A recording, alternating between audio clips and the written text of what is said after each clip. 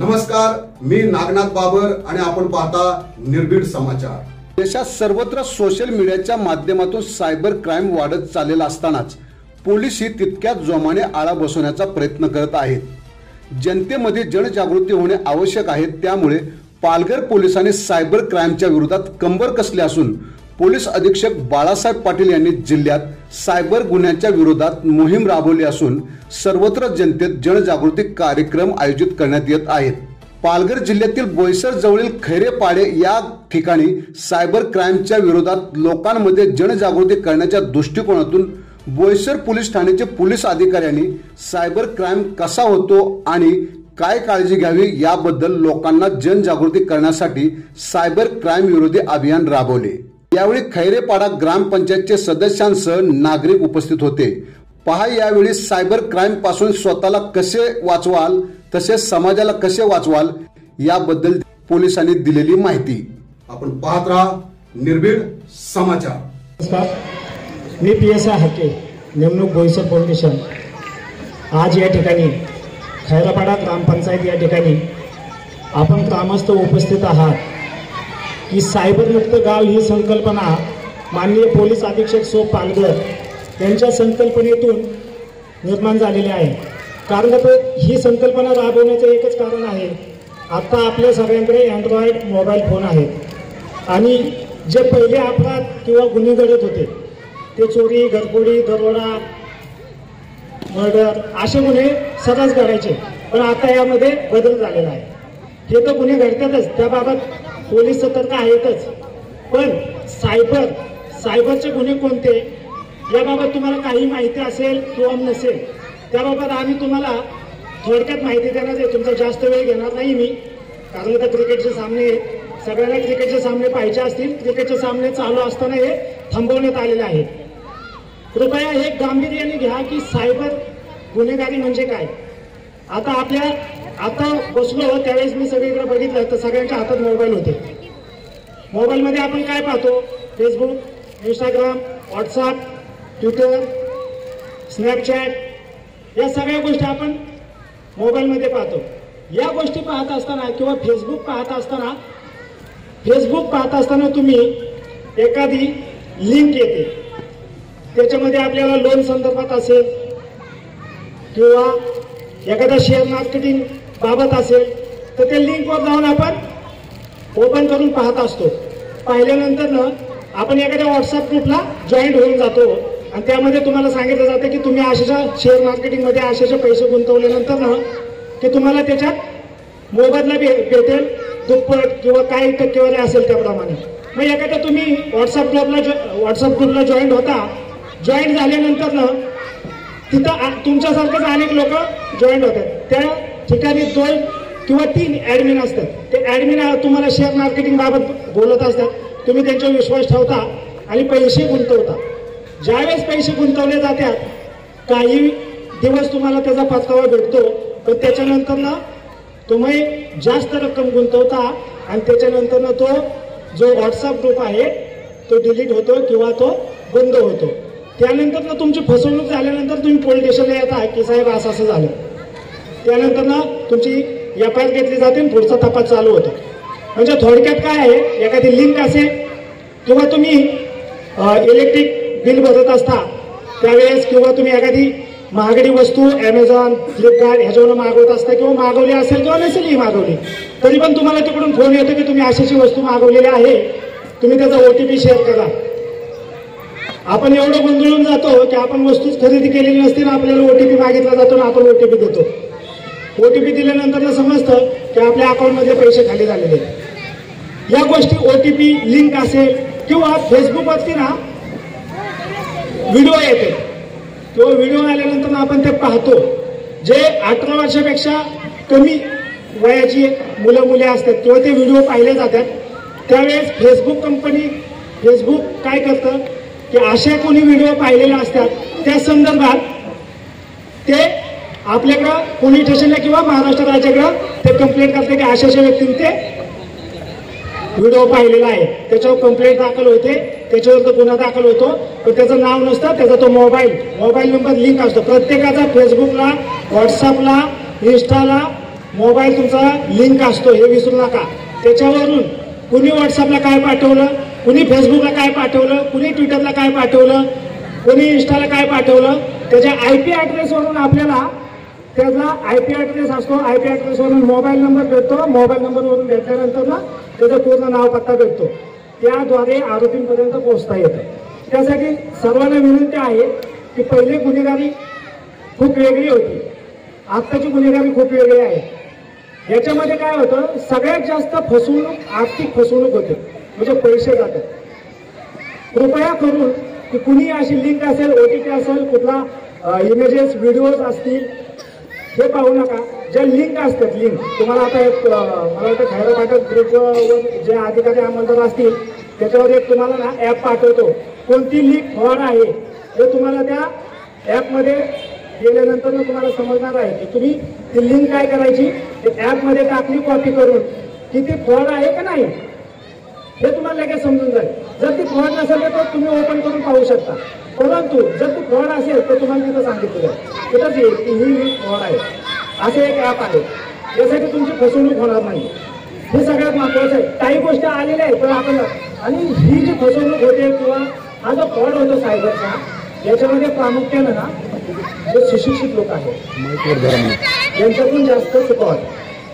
कारण का तर लालच आहे, लालच. पैसे हे मोठी लाल, पैसे मिळवणे हे लालच आहे. आहारी जातो माणूस पैशाच्या, माहिती का.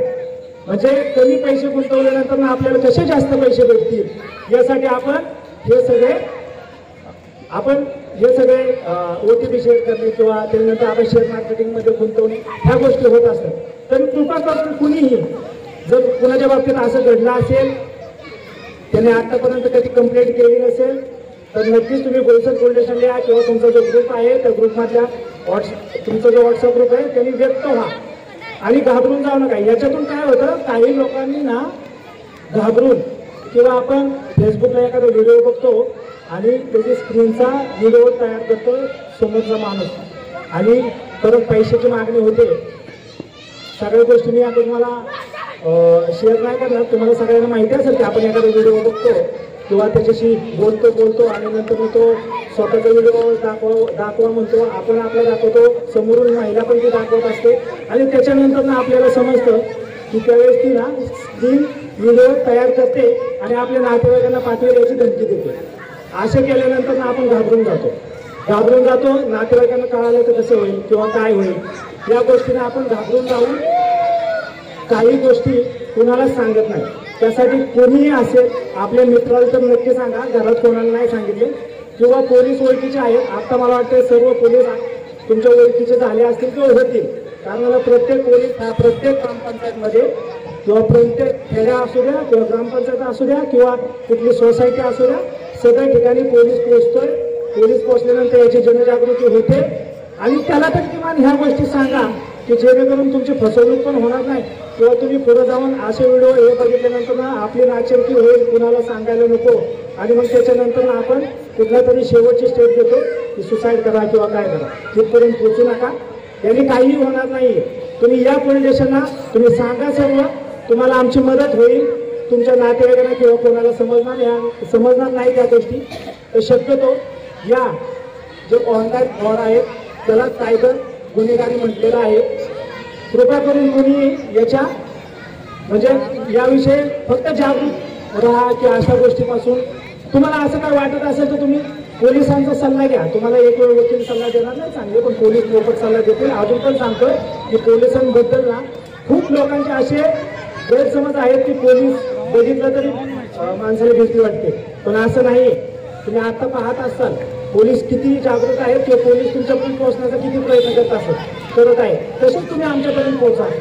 तुम्हाला अशी पोलिसांकडून कोणती वाईट वागणूक भेटली असेल तर पोलीस स्टेशन आहे, आमचे वरिष्ठ आहेत, त्यांच्यापर्यंत पोहोचा.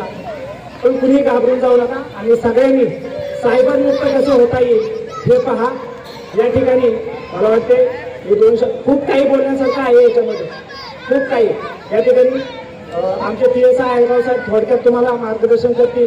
मी या ठिकाणी थांबतो आणि खैरा पाटक ग्रामपंचायतचे ग्रामस्थ तसेच क्रिकेटची टीम असेल, क्रिकेटचे पाहणारी लोक असतील किंवा क्रिकेट खेळणारी मुलं असेल त्यांचे 2 शब्द ऐकून घेतल्याबद्दल धन्यवाद व्यक्त करतो आणि थांबतो. जय हिंद, जय महाराष्ट्र. मी माझ्यासोबत घडलेल्या 2 फक्त अनुभव सांगतोय, माझे शेअर करतो आणि संपवतो.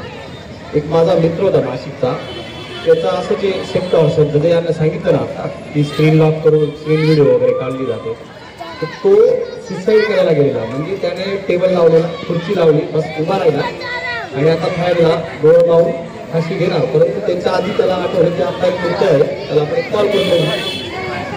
त्याने मला कॉल केला तर ती पूर्ण त्याला मी पहिले ते सांगितलं की पहिले तर तू खाली उतर आणि ते सगळे डिलीट कर, जे काय आहे ते नंबर ब्लॉक कर किंवा तू त्यांना शिव्या दे, तुला जे पटेल त्या शिव्या दे, काय टेन्शन घेऊ नको, मी बाकी बघतो.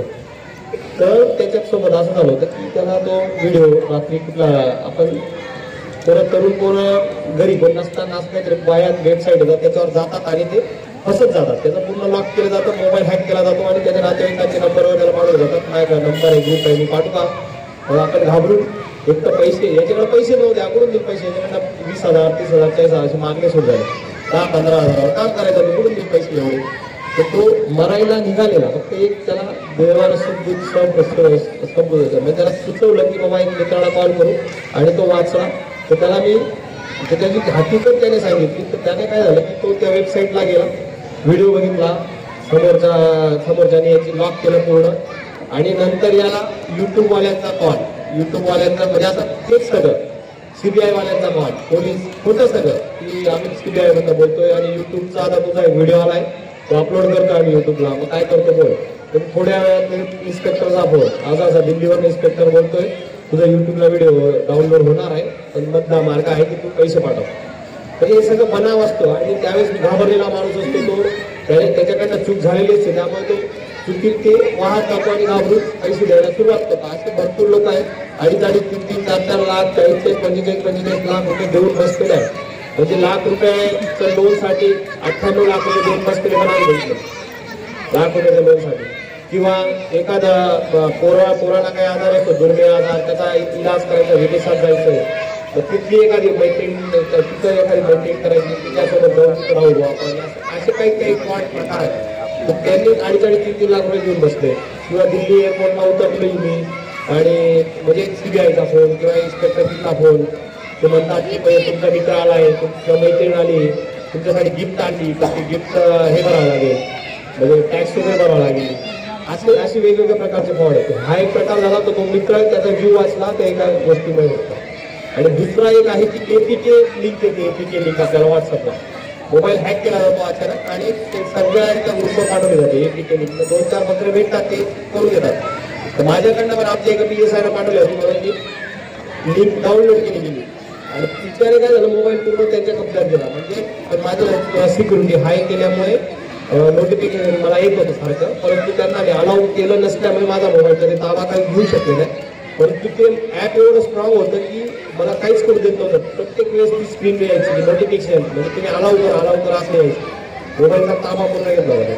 तर याच्यासाठी एक आहे की आपण सेटिंगमध्ये जाऊन ॲप्लिकेशन मॅनेजर म्हणून आहे, तिथं जायचं आणि तिथून आपल्याला ॲप कळतात सगळे की कुठले ॲप आहेत. ॲप्लिकेशन मॅनेजर गेले ना आणि एक नंबरला ते अनऑथराइज्ड जे ॲप असतं त्याला नाव वगैरे नसतं, फक्त त्याने आपली जी मेमरी आहे ती जेवढी ॲक्वायर केलेली असते ना तेवढी मेमरी दिसते आणि ते रिजेक्ट म्हणजे ते डिलीट करायचं हे दिसतं. तर तुम्ही ते डायरेक्ट डिलीट करू शकता. म्हणजे असं काही झालं तर घाबरून जायचं नाही, कोणी जवळचा मित्र किंवा पोलिसांकडे यायचं तात्काळ आणि तुमचा मोबाईल हॅक वगैरे झाला असेल तो सुद्धा आपण हे करून देऊ. तर हे छोट्या गोष्टी, या 2 गोष्टी माझ्यासोबत घडलेल्या जातात, त्या तुम्हाला सावध करतो. आमची अशी ही व्हिडिओ जबरदस्त आहे, पण आता तुमच्याकडे वेळ नाही, नंतर कधीतरी आमच्या अंमलदारी तुम्हाला दाखवतो. धन्यवाद. ऐकून घेतलं.